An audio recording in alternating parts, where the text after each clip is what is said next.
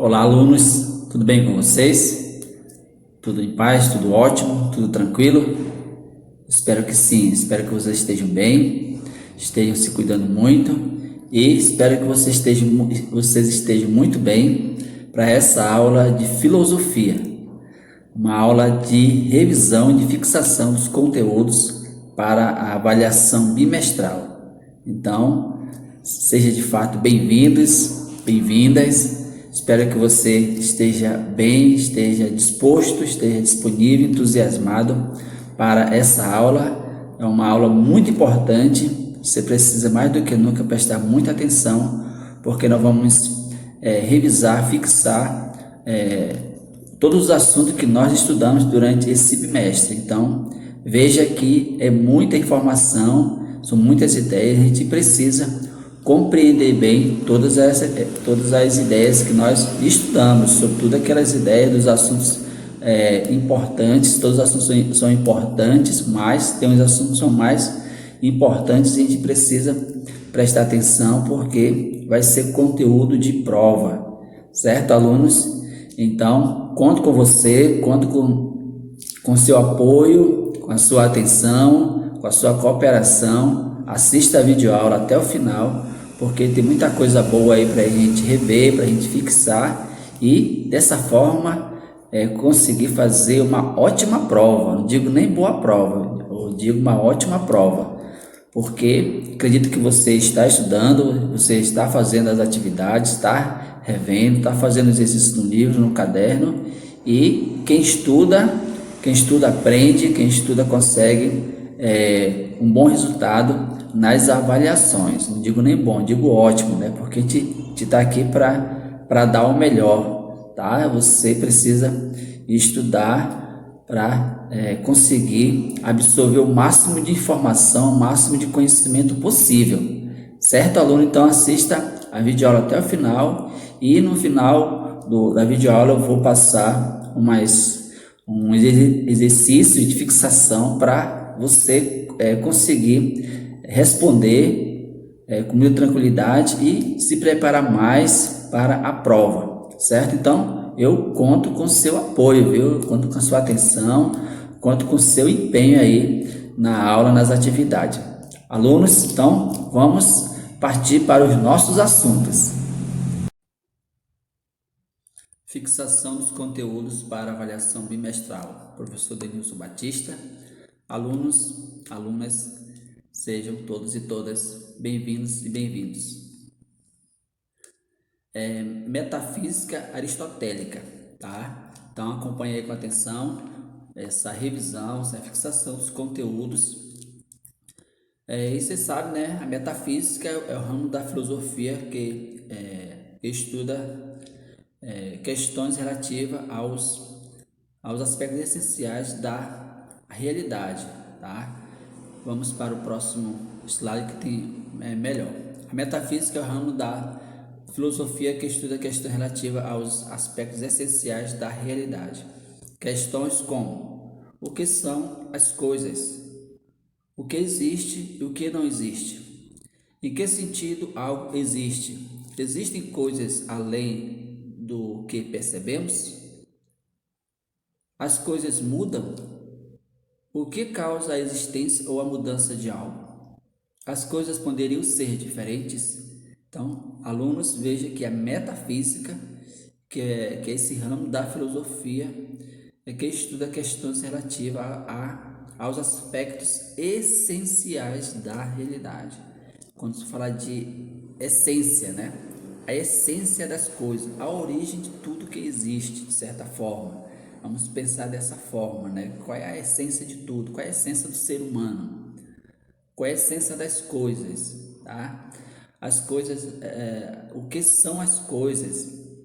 O que existe e o que não existe? Então, são questões, são situações que são metafísica, que muitas vezes está além da nossa realidade, está além da física, por isso que é metafísica, tá? Então, é um estudo que realmente vale a pena a gente compreender bem, vale a pena a gente estudar e saber do que se trata de fato a metafísica. E aí nós vamos estudar metafísica desde a antiguidade até a contemporaneidade. Então, veja que nós vamos passear pela história da filosofia, pela história do conhecimento. Muito importante isso aí, tá?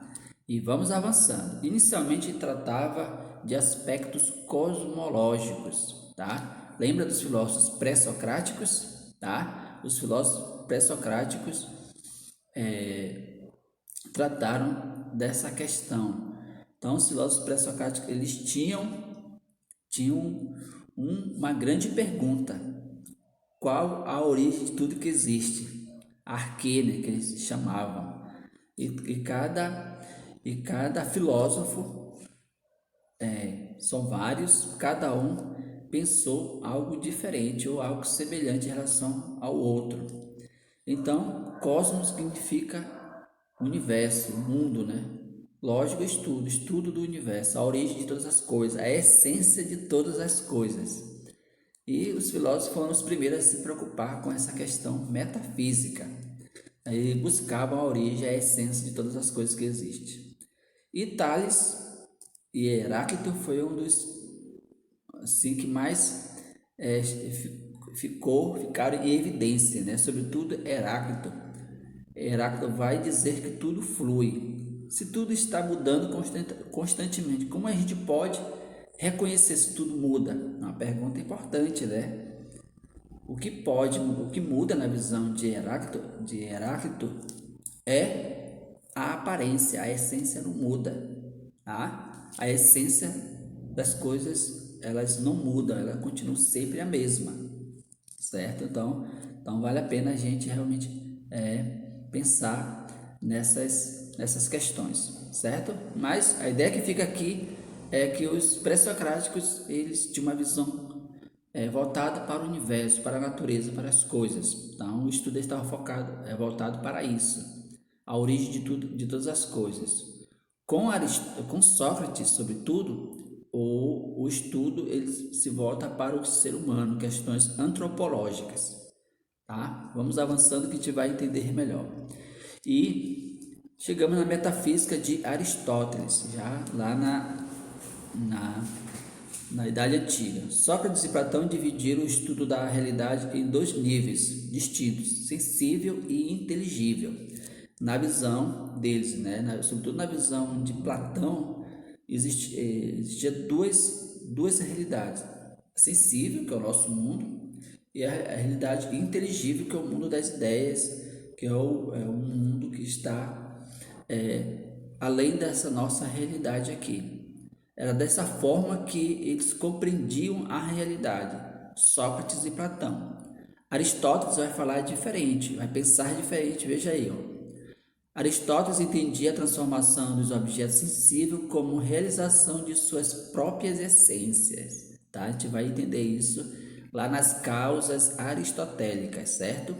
E eu coloquei alguns termos aí que é para vocês compreenderem bem. Quando se fala de matéria, está falando de potência, tá? Por exemplo, uma árvore é uma matéria. E a partir da árvore dá para fazer o quê?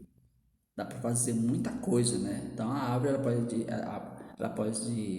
uma árvore pode se fazer uma mesa, uma cadeira. Então é a potência daquilo que ela pode vir a ser, certo?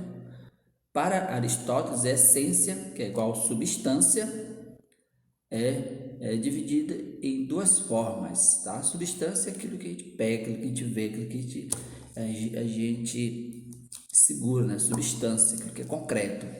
Substância primeira, indivíduo, tá? Ser humano, vamos pensar assim. Substância segunda, espécie e gêneros dos indivíduos, no caso, uma mulher, né? Então, tá aí. As quatro causas. Para Aristóteles, é preciso compreender as causas que movem o ser, tá? O ser é tudo que existe, tá? A árvore, a cadeira, o ser humano e tudo mais. Move o ser. Assim ele criou a teoria das causas. Causa material é aquilo que o ser é feito, tá? Causa formal, a ideia que dá forma ao ser. Causa eficiente, a força que promove a transformação da matéria. Causa final, a finalidade do movimento de transformação. Aí tá, nessa imagem aí dá para exemplificar melhor e vocês entenderem melhor. Primeiro tem a causa material, do que a coisa é feita. Tá aí, né? Pedra no seu estado, a pedra bruta, vamos pensar assim, a causa material. Depois a causa eficiente, a ação e agência, o ato de fazer, né? de lapidar a pedra. Causa formal é o ato, a configuração. Na medida que o homem vai trabalhando a pedra, ela vai tomando uma forma, ok? E a causa final, o propósito, para que aquilo, qual é o sentido, né? É o propósito. Potência, tornar-se atual. Então, é aquilo para o qual a coisa foi feita, certo? Tá aí a teoria das 4 causas para você não esquecer mais, certo, alunos? E vamos avançando. Metafísica medieval, tá? A gente saiu da antiguidade e estamos na Idade Média, um outro contexto, tá? Na Idade Média está em evidência sempre a fé e a razão com os filósofos e teólogos da igreja, certo? Nesse contexto nasceu a metafísica cristã, cujo tema de maior importância era a salvação da alma humana, tá, pessoal? Então, nesse contexto, sobretudo a igreja, os seus pensadores estavam preocupados na salvação do ser humano.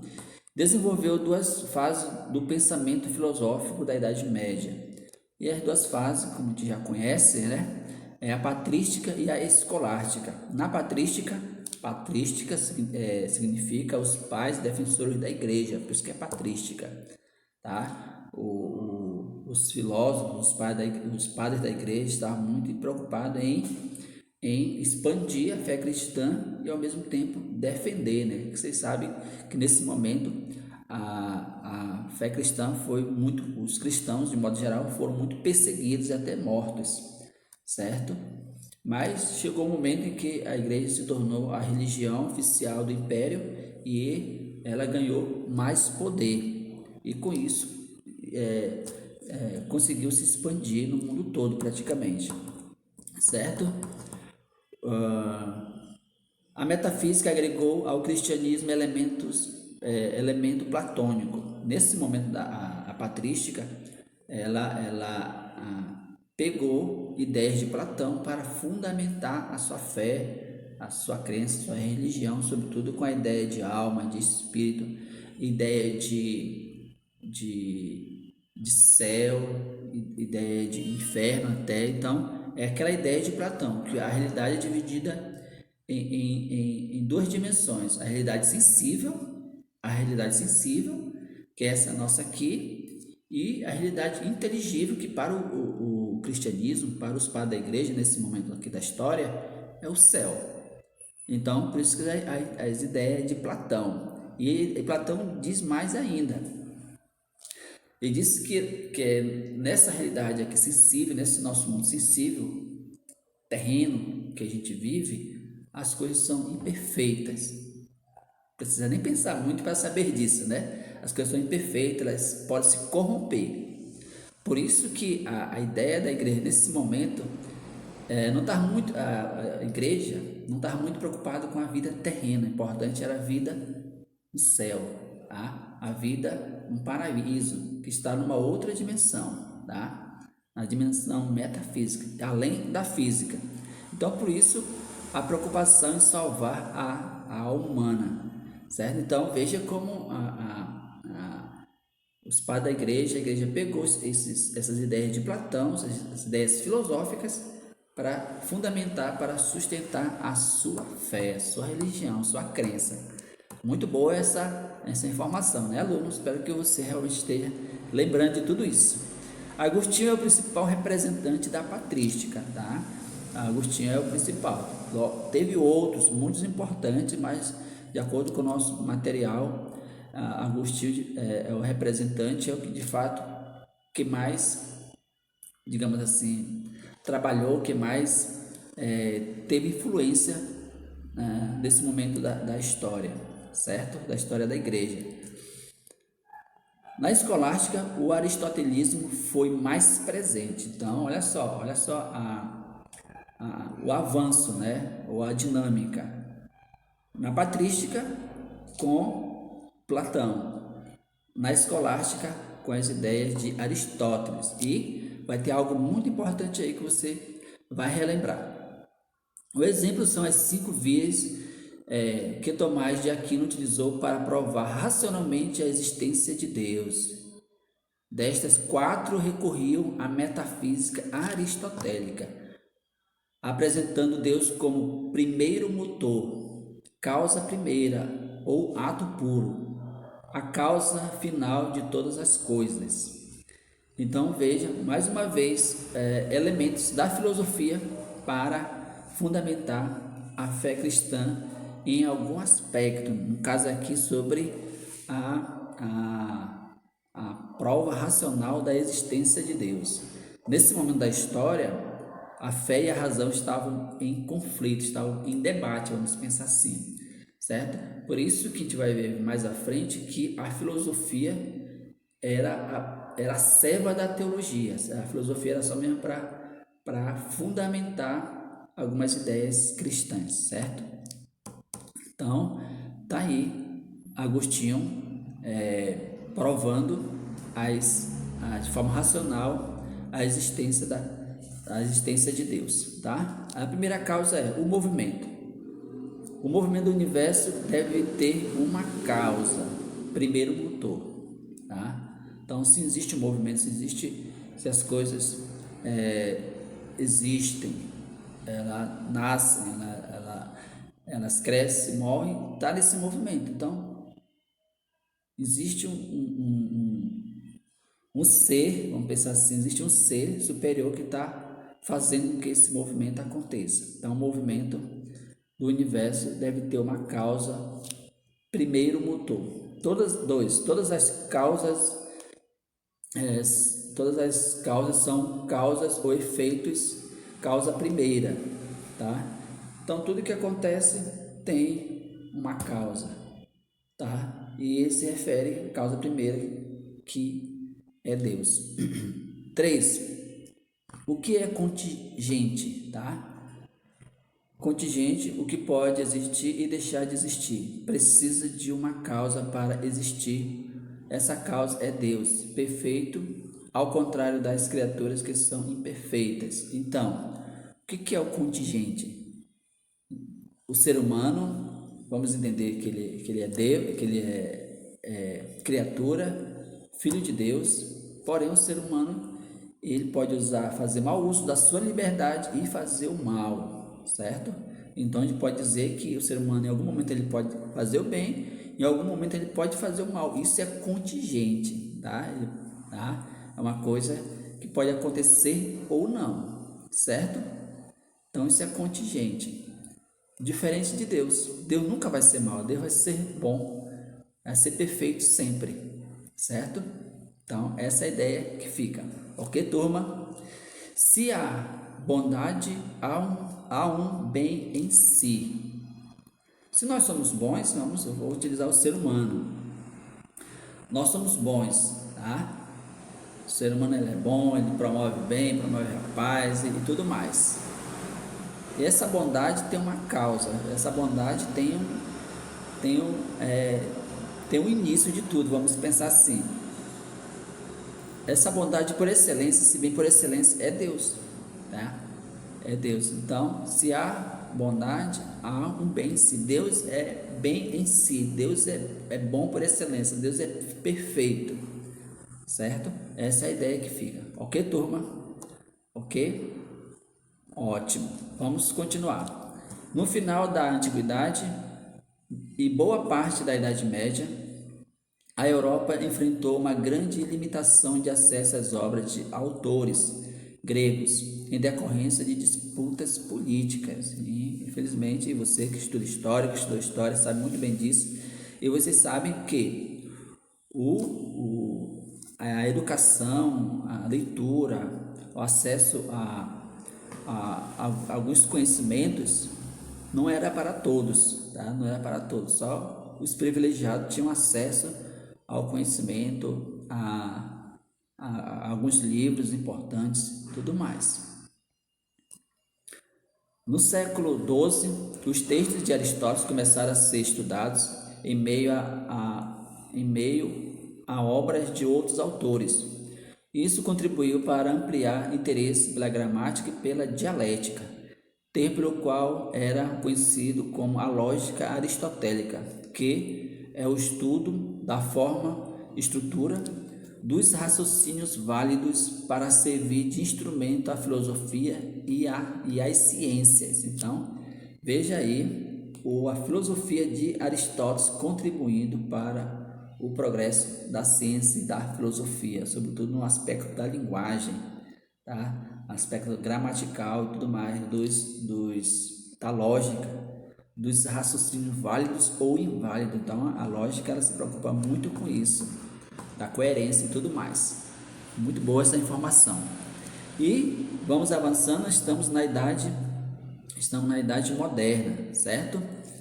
Uma outra perspectiva, em outro contexto, mas com alguns elementos ainda da idade média. No século XVII surgiram as ciências experimentais e com isso a filosofia teve maior dependência, certo? Muito boa. Então, a filosofia deixa de ser serva da teologia, né? Só lembrando para os alunos, teologia, teo é Deus, logia é estudo de Deus, da religião, das crenças e tudo mais, tá? A metafísica considerava 3 tipos de substâncias, ainda pegando a ideia de Aristóteles. Substância infinita, Deus, a causa das demais substâncias. Gente, para nunca mais vocês esquecerem, é só entender que Deus é o Criador de tudo, tá? Deus é o Criador de todas as coisas, Ele que fez o céu e a terra, como a gente bem conhece. Depois, substância presente, alma, intelecto, causa e pensamento. Substância presente, o ser humano. O ser humano ele tem uma vida, tem uma alma, tem pensamento, tem capacidade, certo? Substância presente. Depois tem a substância extensa, mundo, ou a natureza, o corpo, tudo que existe, né? Substância extensa. A causa passou a significar ação que gera um efeito, em Aristóteles, tá? Agora nós vamos falar de René Descartes e de Hume.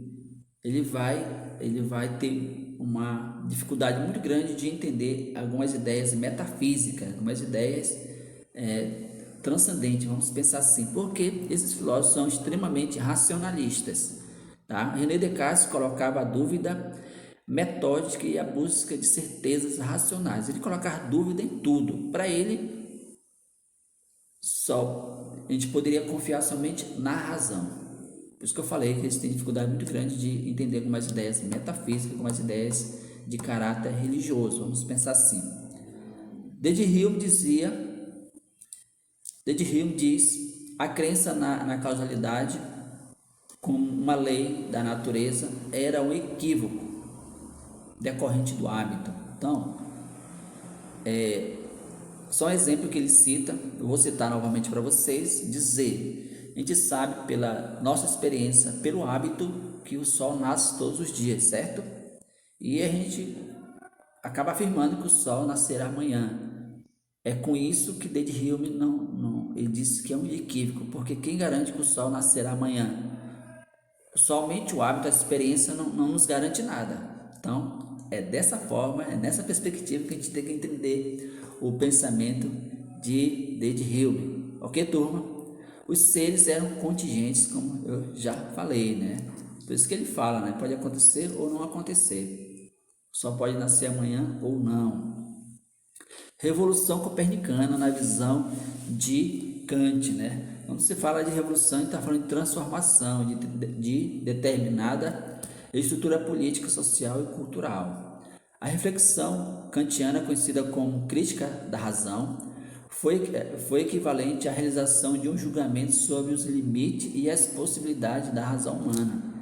Galera, percebe uma coisa que Kant já não é extremamente racionalista como René Descartes e David Hume. Ele entende que a razão ela é humana, o ser humano é limitado e, portanto, a razão é limitada.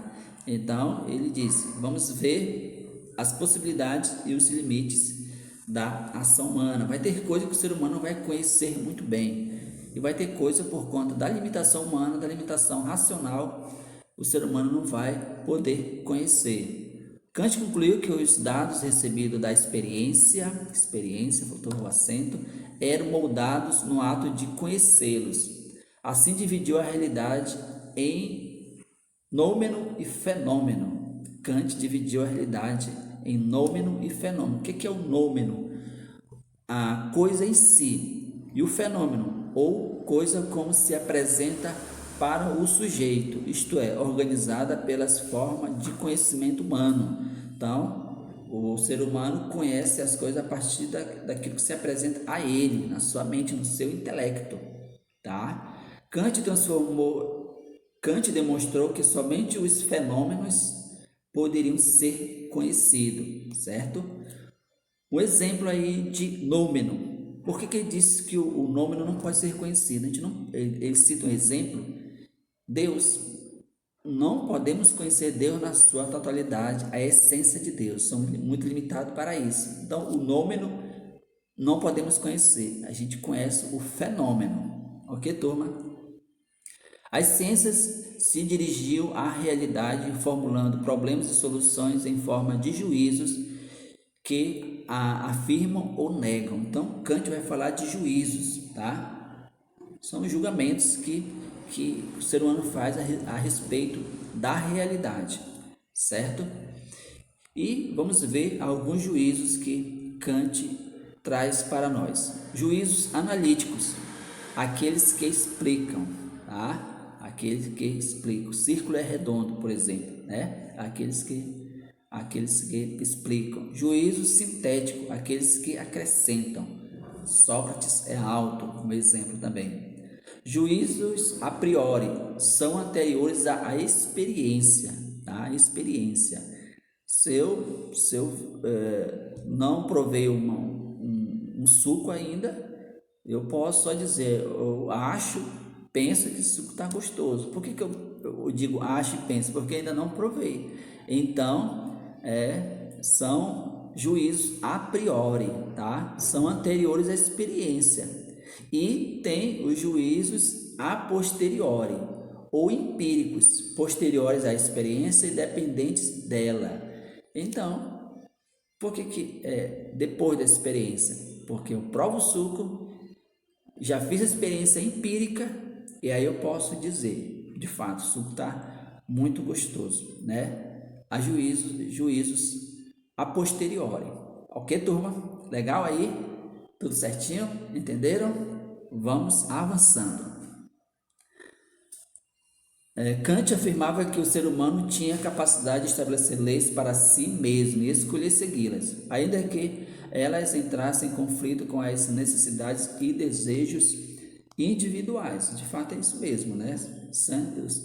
Kant era extremamente certinho, tá? Tinha uma vida muito coerente, muito justa, muito íntegra. Por isso que ele tem essa forma de pensar. E ele, de forma muito consciente, ele diz que o ser humano tem capacidade de estabelecer leis, normas para viver melhor, para direcionar melhor a sua vida. Porém, essas leis, essas normas, em algum momento, vai entrar em conflito com os desejos humanos, tá? Que é natural isso, tá? Natural, isso aí. Ele vai falar também do imperativo categórico, na perspectiva kantiana, e na perspectiva ética também. Kant também vai falar muito sobre a ética.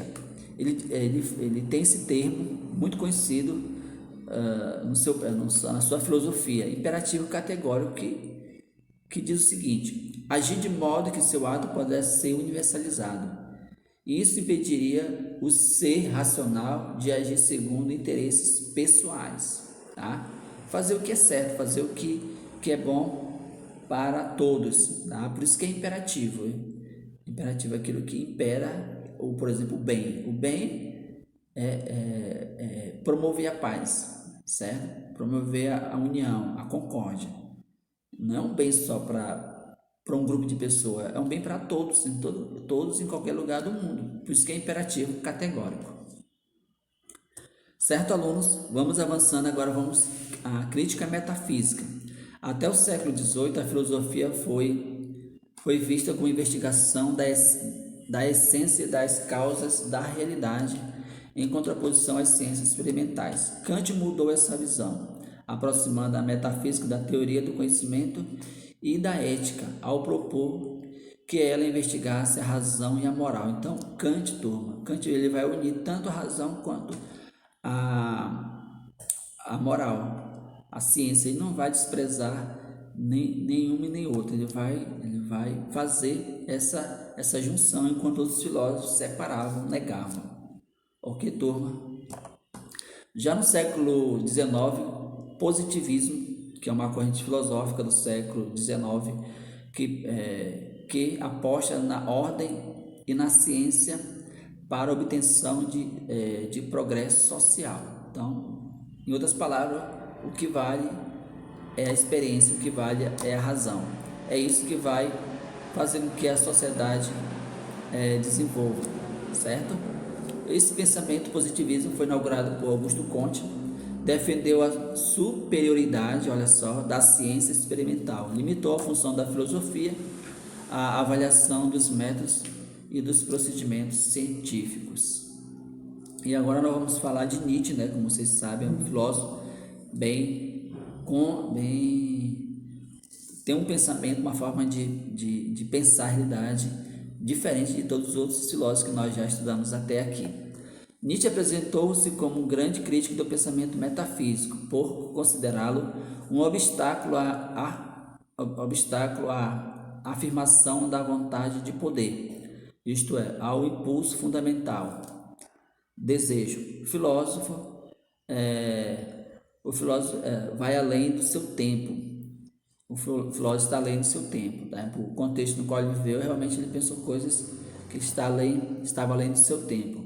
Ele considerava a metafísica por promover, ele condenava a metafísica por promover a crença numa realidade para além daquela que se percebe e por justificar a moral em virtude da busca e da verdade. Está criticando, de certa forma, a moral. Crenças metafísicas. Nietzsche discordava de Platão e de outros.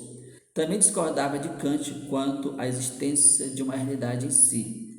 Defendia a fidelidade humana à Terra, ou seja, a vida como ela se apresentava, sem recorrer ao mundo metafísico.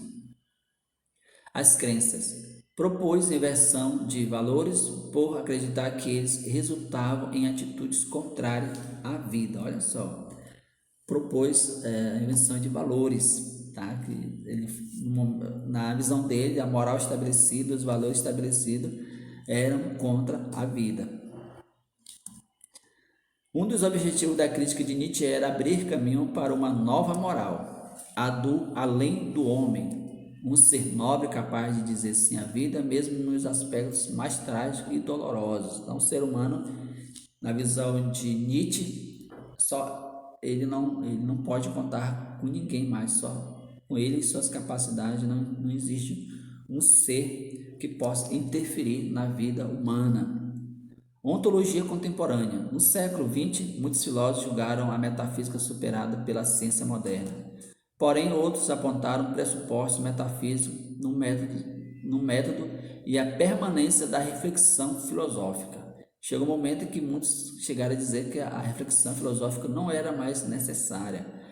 Pelo contrário, é muito necessária e é muito importante.